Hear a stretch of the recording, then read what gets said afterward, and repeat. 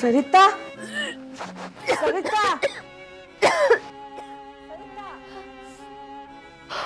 ಏನಾಯ್ತಮ್ಮ?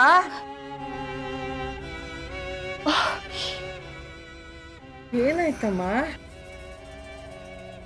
ಗುರುಜಿ, ಏನೋ ಕೆಟ್ಟದಾಗತ್ತೆ.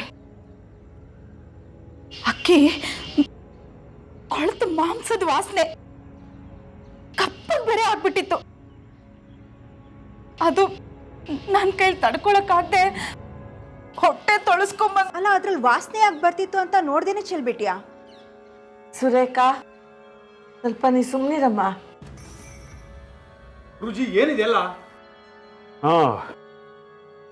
ಯಾರೋ ಮಾಟ ಮಾಡಿಸಿದ್ದಾರೆ.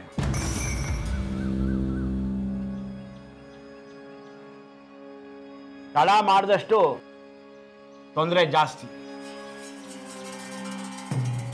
ನಾವು ಹೇಳ್ತಾನೆ ಇದ್ದೀವಿ, ಯಾರು ಕೇಳೋದೇ ಇಲ್ಲ. ಇದ್ರಲ್ಲೆಲ್ಲ ನನಗೆ ವಿಶ್ವಾಸ ಇಲ್ಲ. ನಾನು ಕೇಳೋದಕ್ಕೂ ತಯಾರಿಲ್ಲ. ಯಾಕೆ ವಿಶ್ವಾಸ ಇಲ್ಲ? ಈಗ ಆಗಿರೋದೆಲ್ಲ ನಿಮ್ಗೆ ತಾನೆ.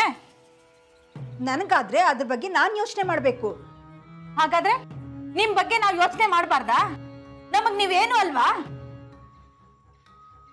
ನಾಳೆ ನಿಮ್ಗೇನಾದ್ರೂ ಆದ್ರೆ ಜನ ನಮ್ಮನ್ನ ಏನಂತಾರೆ ಹೇಳಿ?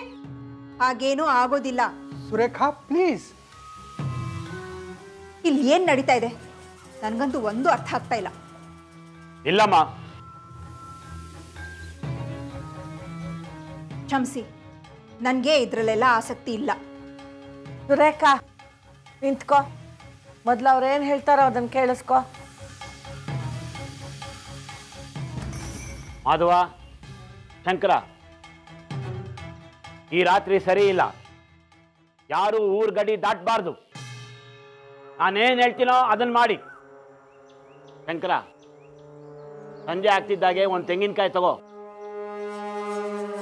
ಬಾಗಿಲಿಗೆ ನಿವಾಳಿಸಿ ಹೊರಗಡೆ ಹೊಡೆದ್ಬಿಟ್ ಬಾ.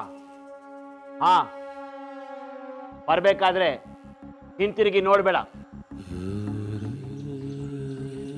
ಮಾಡ್ತೀವಿ ಗುರುಜಿ, ಎಲ್ಲ ನೀವು ಹೇಳ್ದಾಗೆ ಮಾಡ್ತೀವಿ. ಎಲ್ಲ ಸರಿ ಹೋಗುತ್ತೆ ತಾನೆ? ಅವ್ರು ಬೇರೆ ಬೆಂಗಳೂರಿಗೆ ಹೋಗ್ಬೇಕು ಅಂತ ಹೇಳ್ತಿದ್ದಾರೆ. ಅವ್ರಿಗೇನು ತೊಂದರೆ ಆಗಬಾರ್ದು. ನೋಡಿ, ಎಲ್ಲ ಕಣ್ಣಿಗೆ ಕಾಣಿಸುವಷ್ಟು ಸುಲಭವಾಗಿಲ್ಲ, ಬಹಳ ಭಯಾನಕವಾಗಿದೆ.